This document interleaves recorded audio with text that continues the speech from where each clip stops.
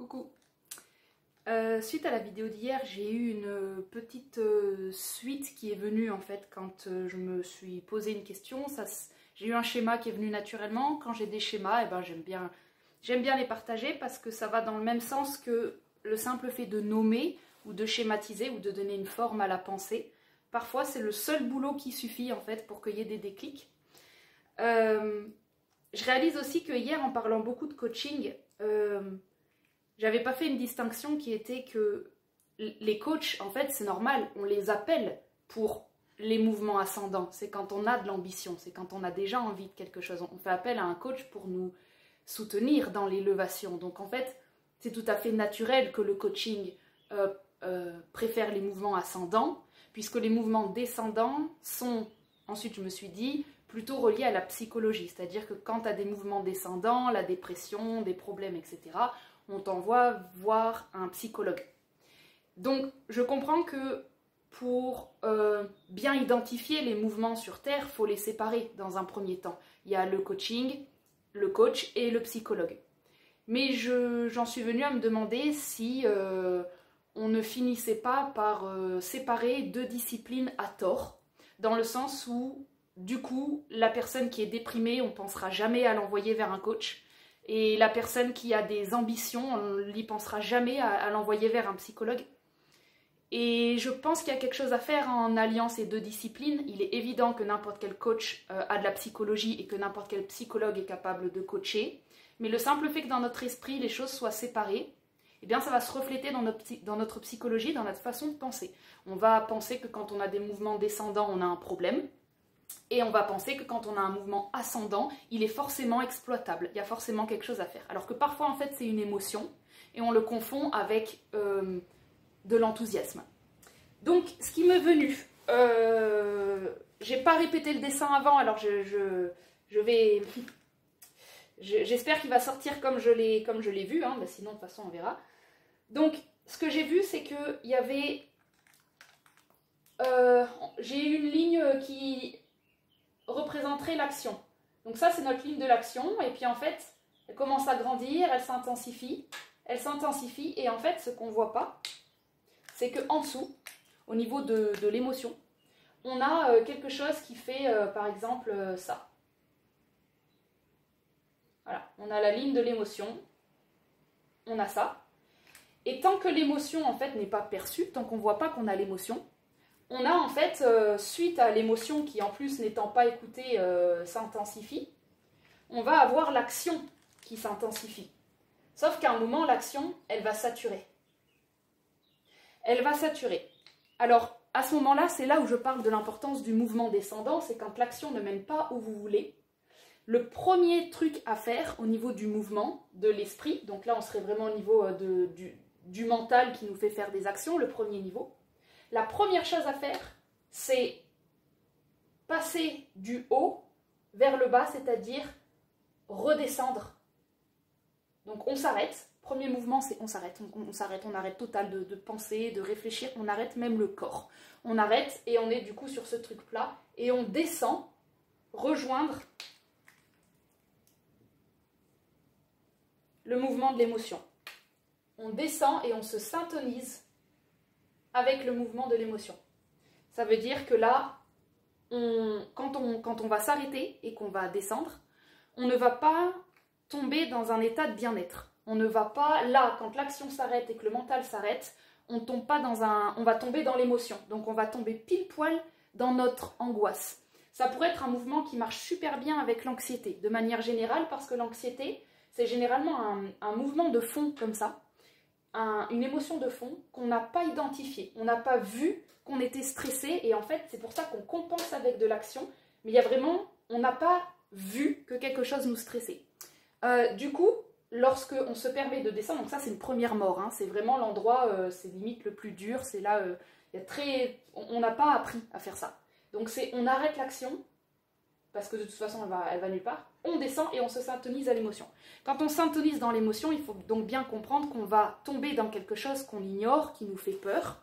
Le but, ce n'est pas de juste rester là, c'est quand même de ressentir et de se mettre en état de réception à l'intérieur de « Ok, il y a une émotion, on se met dedans, on coupe le mental.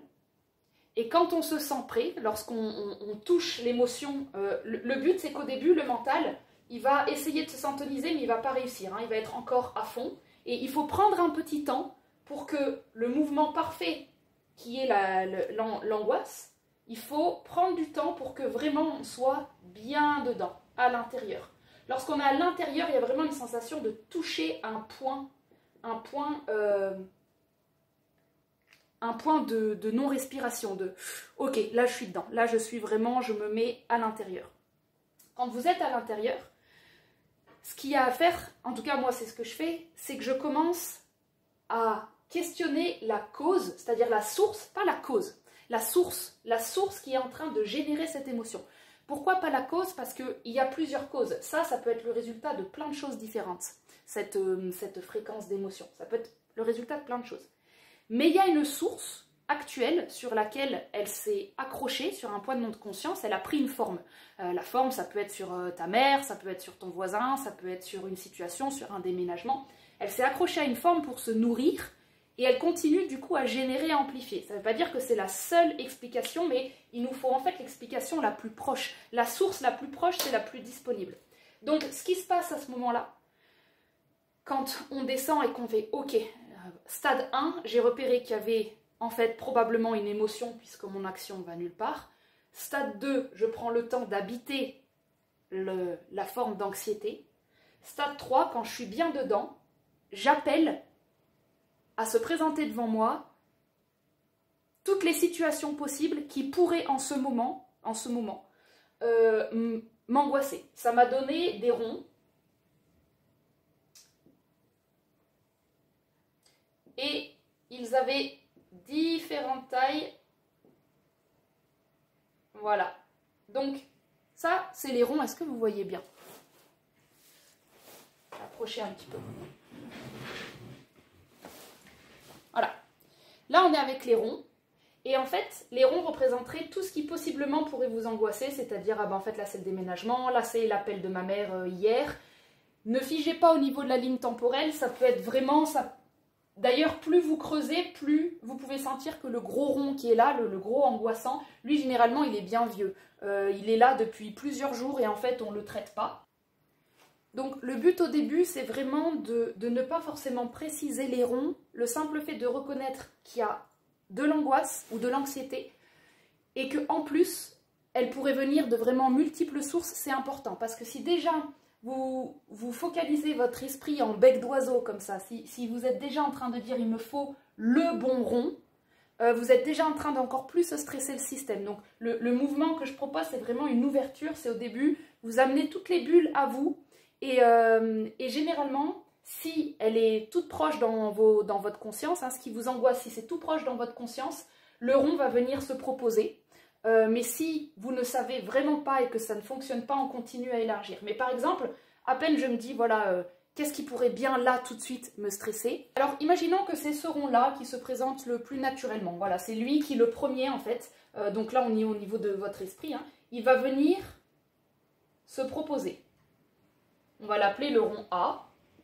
Voilà, A se propose. A, il contient une fréquence, c'est-à-dire que, imaginons ce rond, c'est, voilà, j'ai reçu un texto ce matin, j'ai pas payé mon forfait de téléphone, je sais pas quoi, ça me stresse. Ce rond-là contient une clé de fréquence d'angoisse, qui va, par exemple, être ceci. Voilà, ça c'est sa clé d'angoisse. Quand on va la syntoniser au corps émotionnel, c'est-à-dire, est-ce que c'est ça qui m'angoisse? L'émotion, elle va perdurer, elle va faire ça, et en fait,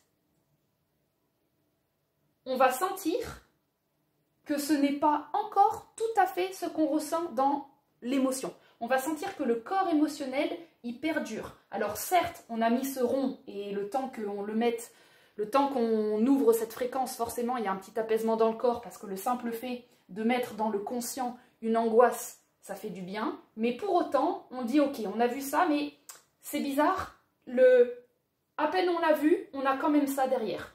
Ça reprend, ce n'est pas parti, le corps émotionnel est encore vachement activé. Donc, ce qu'on va faire, c'est, ok, ce rond-là, on le met de côté. On le met de côté, on va essayer un autre rond. Ok, c'est peut-être pas ça, c'est peut-être finalement le dîner que j'ai ce soir.